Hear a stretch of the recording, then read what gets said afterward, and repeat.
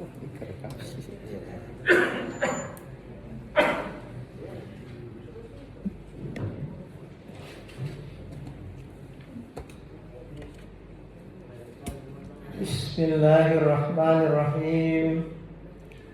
Assalamualaikum warahmatullahi wabarakatuh.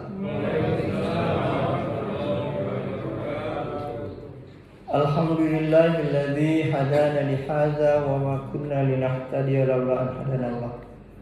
Asyhadu an la ilaha illallah wahdahu la syarika lah wa asyhadu anna Muhammadan abduhu wa rasuluh. Allahumma shalli ala sayyidina Muhammadin wa ala alihi wa ashabihi ajma'in. Ma'asyiral muslimin muslimat jamaah tarawih yang kami hormati dan muliakan. Pada kesempatan kali ini kami akan menyampaikan suatu judul ceramah, yaitu puasa ditinjau dari perpaduan agama Islam dan bidang kesehatan. Ya. Sebelumnya kami ingin menyampaikan terima kasih yang sebesar-besarnya kepada pengurus atau panitia Ramadan telah memenuhi permintaan saya untuk 2 kali ditunda ceramah saya. Bukan disengaja tetapi karena jadwal operasi saya. Kemudian terima kasih kedua kepada seluruh jemaah tanpa kecuali yang telah mendoakan saya di dalam proses penyembuhan atau proses mengatasi penyakit saya selama 12 hari di rumah sakit Wahidi.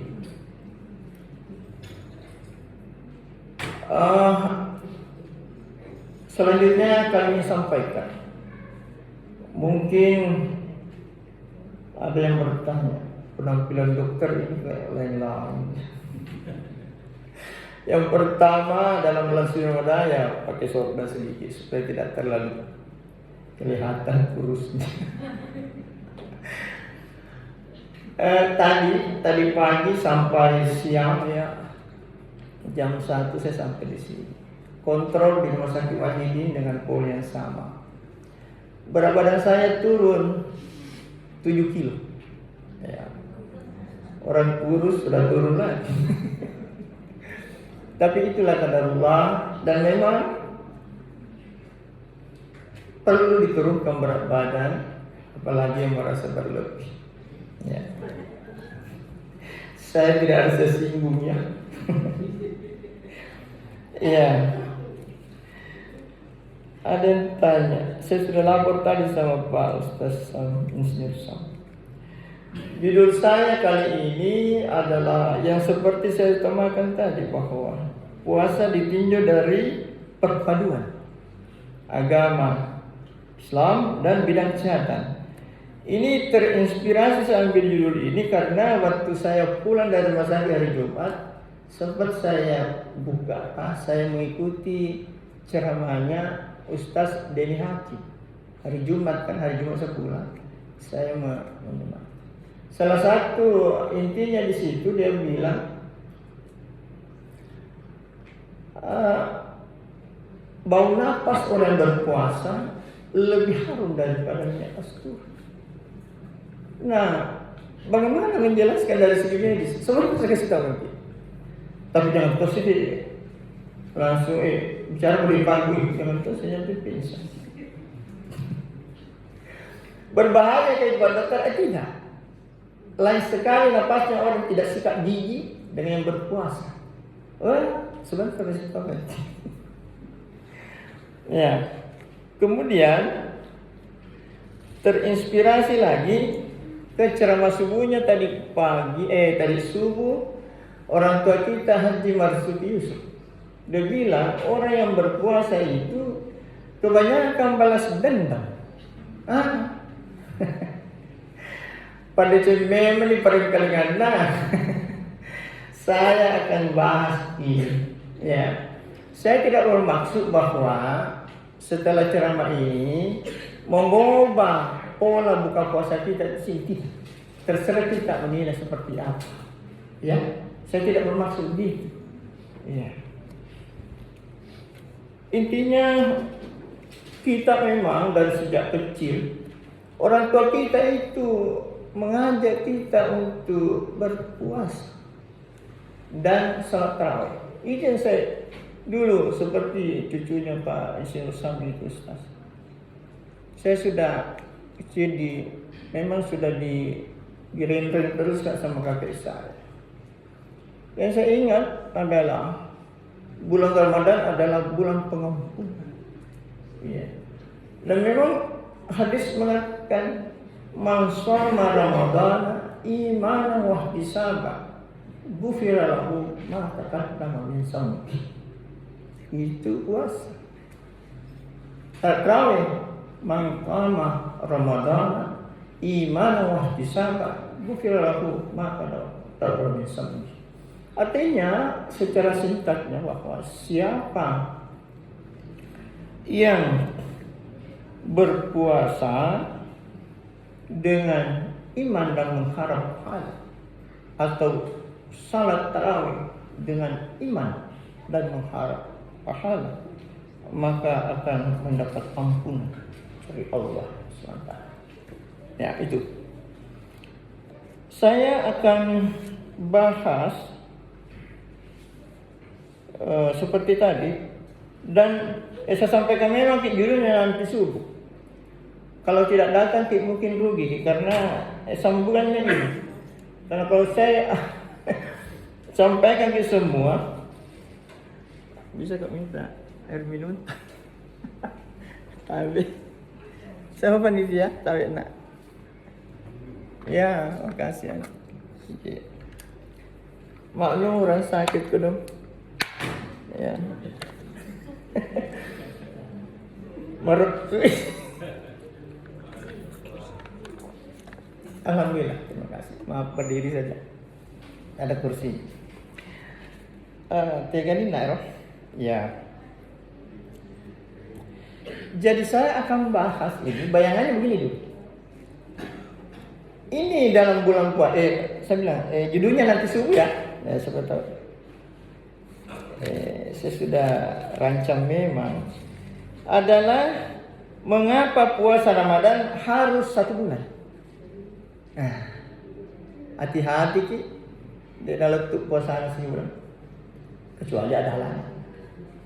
Nah, seperti apa? Nanti subuh, mudah-mudahan dikasih di umur panjang dan kesehatan. Saya akan lanjutkan. Ya.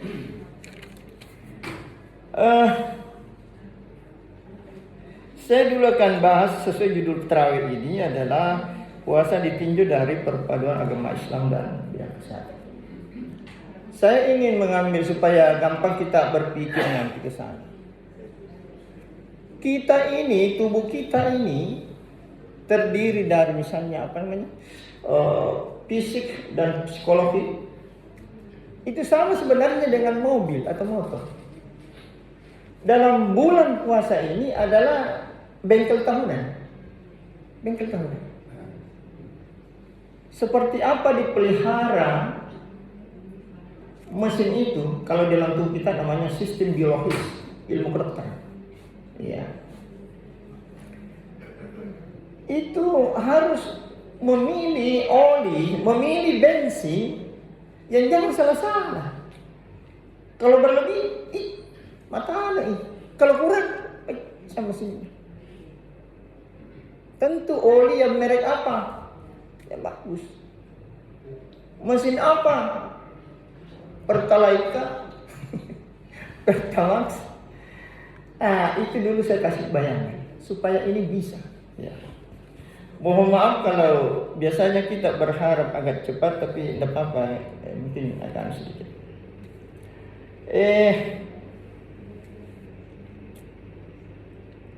Pada tahun kedua Hijriah, kira-kira 18 bulan setelah Nabi hijrah, turunlah ayat. Nah, ayat apa itu? Itu yang sering menjadi judul Al-Baqarah 183. Ya ayyuhalladzina amanu kutiba alaikumussyam kama kutiba alal ladzina min qablikum la'allakum tattaqun. Ya.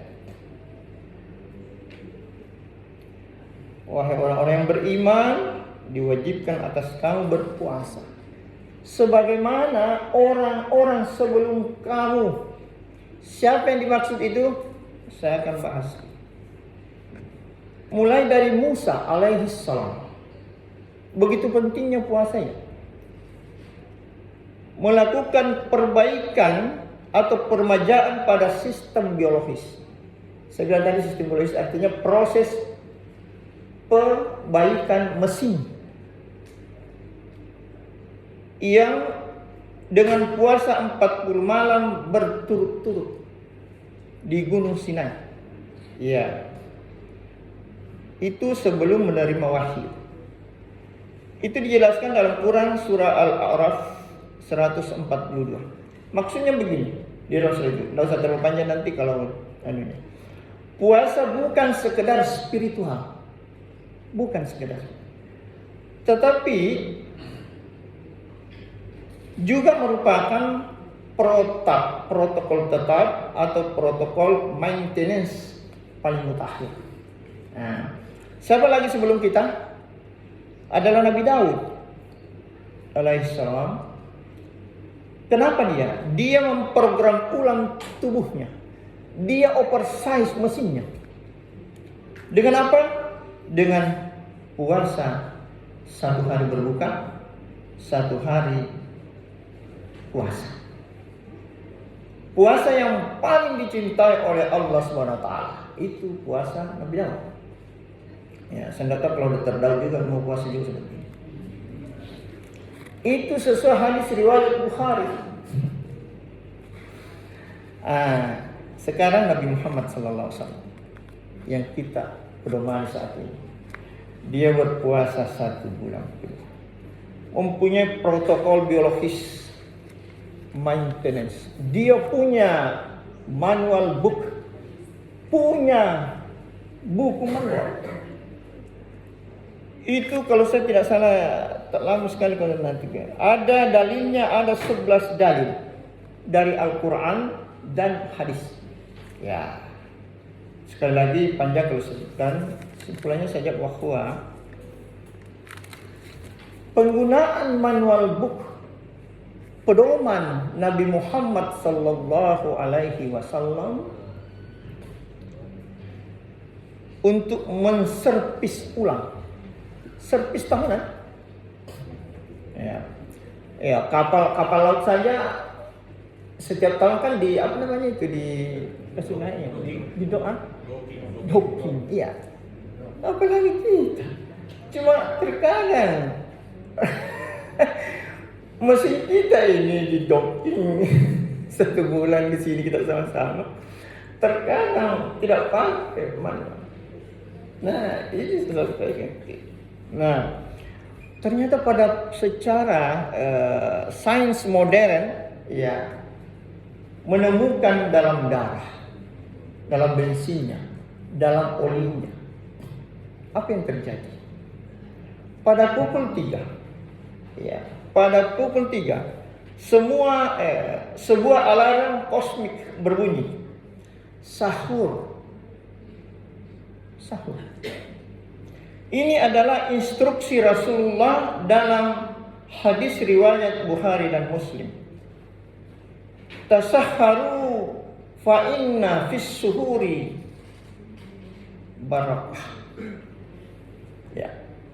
Bersahurlah kalian karena pada sahur itu ada keberkahan. Ini ilmuwan kesehatan meneliti.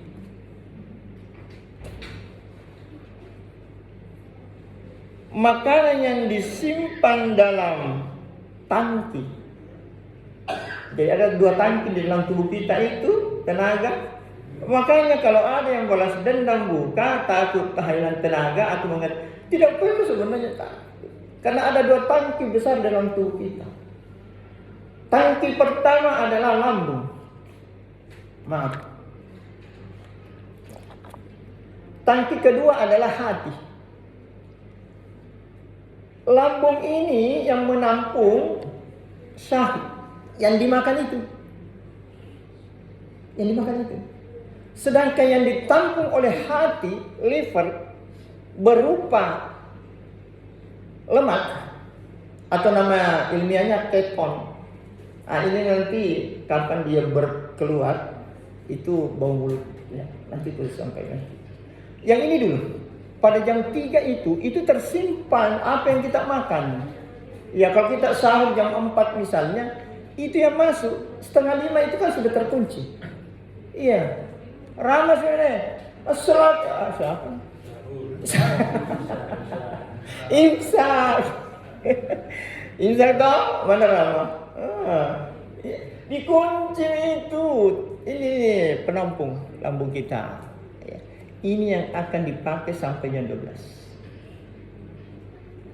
Sedangkan tadi itu penampungan yang kedua adalah hati. Yang siapa yang mana ditampung adalah selamat 11 bulan yang lalu. Ditampung. Jadi jangan kita tahu habis tenaga, jangan sekali lagi saya tidak mau mengatakan roh baik. Cuma saya berharap mungkin bagus ke depan ya. Kita buka dulu dengan ringan ya. Yang mau buka itu nasi mungkin bagus kalau kotak supaya dibawa. Karena menurut ilmu kedokteran ya paling cepat 1 jam itu setelah ada isi sedikit. Bayangkan kalau langsung dihantam, ada 2 yang rusak organ kita. Apa itu? Organ lambung itu bengkak, maksudnya merekat. Itu. Mungkin kalau masih muda-muda, tidak peduli karena masih elastis. Tapi kalau orang tua 60 tahun ke atas, apalagi orang tua tadi jadi misalnya. Tapi sehat terus orang tua tadi, alhamdulillah, barakah. Yang kedua yang rusak adalah pankreas. Ya, karena kalau banyak makan langsung nasi masuk, itu pankreas mengeluarkan insulin, kerja keras, cepat kok, bagaimana mencegah. Akhirnya bisa angkat tangan. Mungkin 1 tahun 2 tahun tidak, tetapi ya seperti itu ya bayangannya. Ya. Kemudian instruksi Rasul tadi itu ya, di cadangan yang pertama tadi isi lambung itu. Makanya pilih-pilih juga yang isi cadangan. Bahkan sebenarnya yang cadangan yang bagus itu yang banyak serat, yang istilahnya kurma ya. Dan memang riwayatnya begitu, kurma 3 biji, air minum ya. Itu luar biasa, itu tenaga ya. Nah, kemudian pada yang 4.30 sampai jam 9, Quran Al-Baqarah 184, wa antasumu khairul lakum in kuntum ta'lamun. Dan berpuasalah itu lebih baik bagimu jika engkau mengetahui. Kalau kita tidak ketahui, ini saya kasih tahu.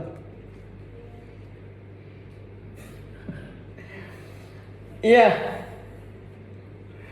Kemudian jam 9, ingat ya prosedurnya dalam tubuh ya, mesin kita itu. Jam 9 sampai jam 12. Karena sudah terkunci tadi, Rama berteriak, kunci di perutmu. Tidak ada yang bisa masuk. Nah, cadangan itu yang dipakai.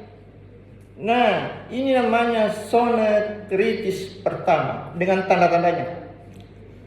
Tenaga mulai berkurang. Ini menuju jam 12 ya. tenaga mulai berkurang, perut melilit, jantung melambat. Saat ini manusia modern menyerah. Kalau tidak ada imannya, menyerah. Dia tidak tahu. Nah. Kemudian jam 12, Allah sang pencipta manusia, maka mesin biologis, mesin ini, di mana hati yang menyimpang lemak selama 11 bulan yang tadi itu, dua penyimpanannya, lambung sama hati, itu berupa keton. Kalau tadi itu yang di lambung itu namanya glukosa. Ya. Keton itu cadangan tenaga kedua pada tangki kedua. Tangki pertama lambung, tangki kedua hati. Cadangan lemak namanya keton. Itu secara otomatis Allah telah mengatur semuanya. Dihancurkanlah keton, diubah jadi bahan bakar super bersih. Mungkin kalau di lambung itu pertalite. Kalau di hati itu Pertamax lah, atau di atasnya masih ada di atasnya Pertamax. Yang kita mami pilih lebih jernih dan lebih kuat daripada gula. Gula kayak yang sini, glukosa. Otak menyerap keton dari jadi fokus.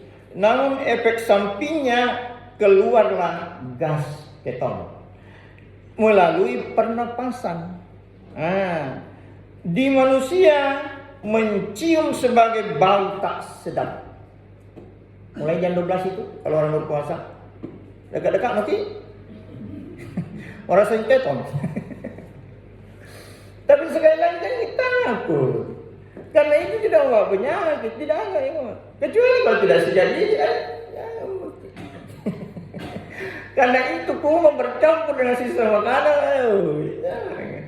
keton.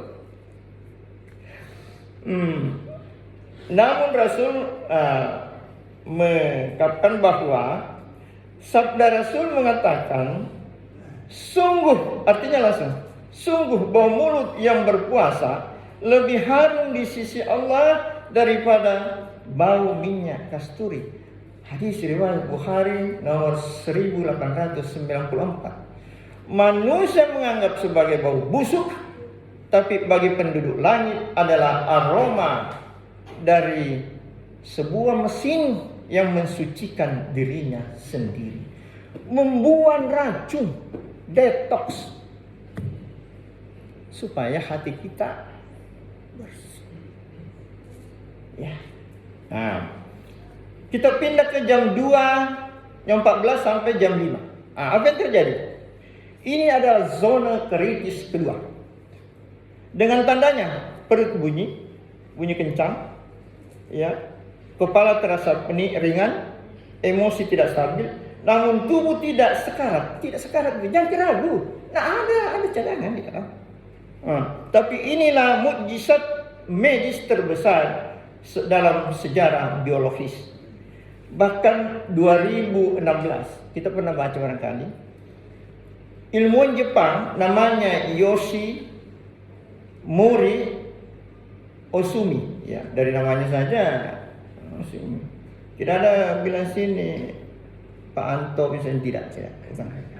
Bukan memang orang Telkom.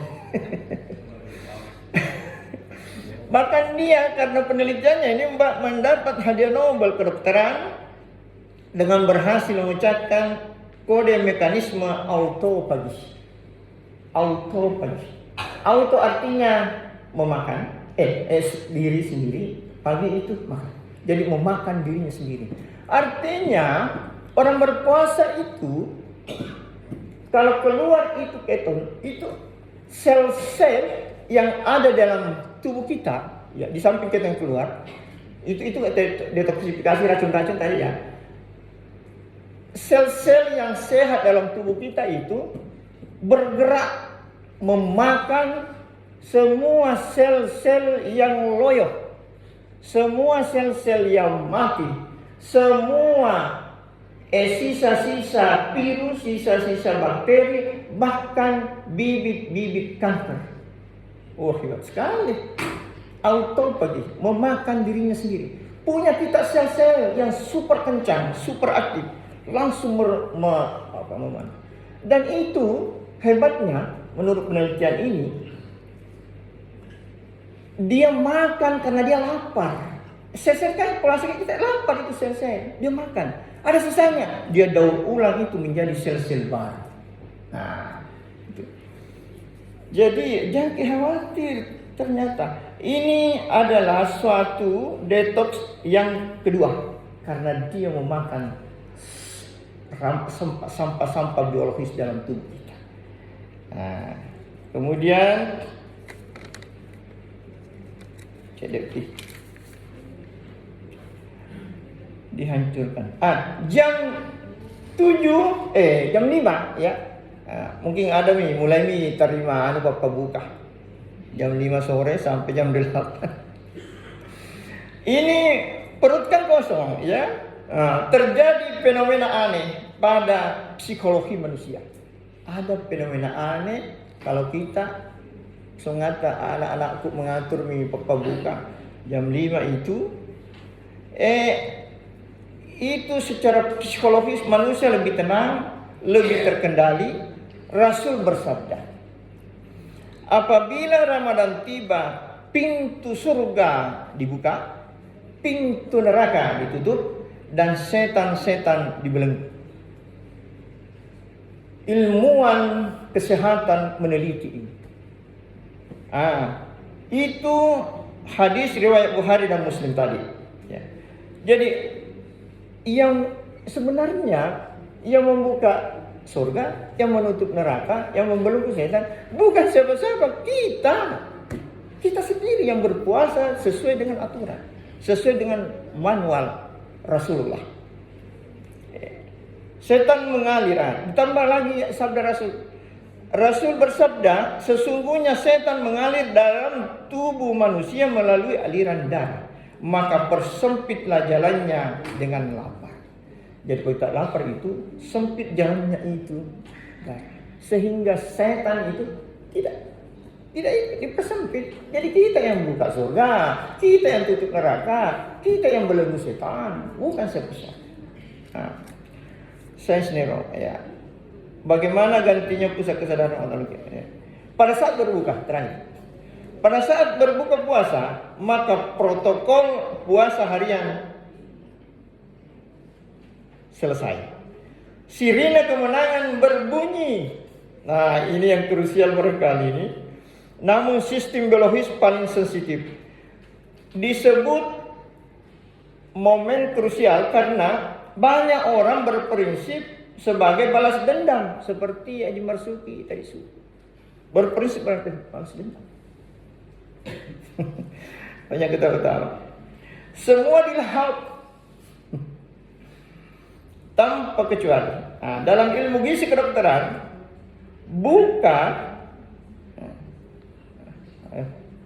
mana tahu ini berat tuh mata. Semua gorengan, es manis, santan. Ya, saya tidak mengatakan ibu jangan kirim gorengan ke sini, tidak. Kita mana yang tahu nih. Wih, ada itu laporan paling tinggi, laporan ke jalan kota. Ini ke sini. Padahal Allah Nabi mengatakan,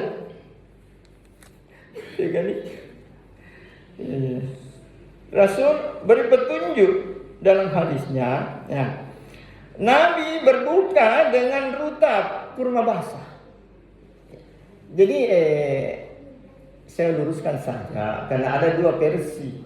Kalau ada kurma, atau minum dulu air, baru kurma, atau kurma dulu baru air.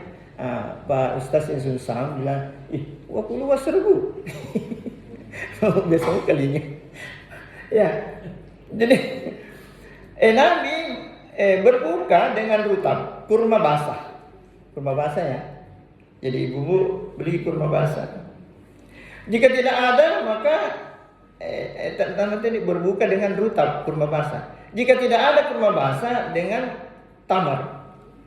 kurma kering. Jika tidak ada lagi, maka seteguk air. Hadis Rasulullah Abu Dawud. Ya. Banyak namanya Dr. Dal di sini. Jadi penelitian gizi mengatakan kurma mengandung jenis gula yang disebut fruktose. Jadi gula itu sebenarnya banyak, ya, ada glukosa, ada fruktose. Fruktose ini di kurma. Fruktose artinya jenis gula yang cepat direspon ke otak. Alangkah enaknya sebenarnya kalau begitu. Nanti pulang kita rawat pamandre. Ya. Jadi saya berpikir ke depan, saya tidak mengusulkan itu dos, kue-kue, peridostoni, keto, jangan cuma nasi, dos. Artinya bagi yang mau cuma kurmanya saja dimakan dan diminum, itu kue hadiah yang lainnya, Pak. Tidak ketemu saja. Masa mau ditolak pembukanya orang? Tidak. Dibawa pulang. Ya. Artinya diganti ada pernah-pernah menjadi. Pendapat begini, saya mau berobati. Andre gitu juga. Kemudian fruktose ya sudah. Allah berpesan. Dalam firman-Nya surah Al-A'raf 31, wa kulu wasrabu wa la tusrifu. Dan makan dan minumlah dan jangan berlebih-lebihan. Kurang apa ini petunjuknya Allah dan Rasul tentang servis tahunan di dalam tubuh mesin kita. Ya. Itu enggak terakhir.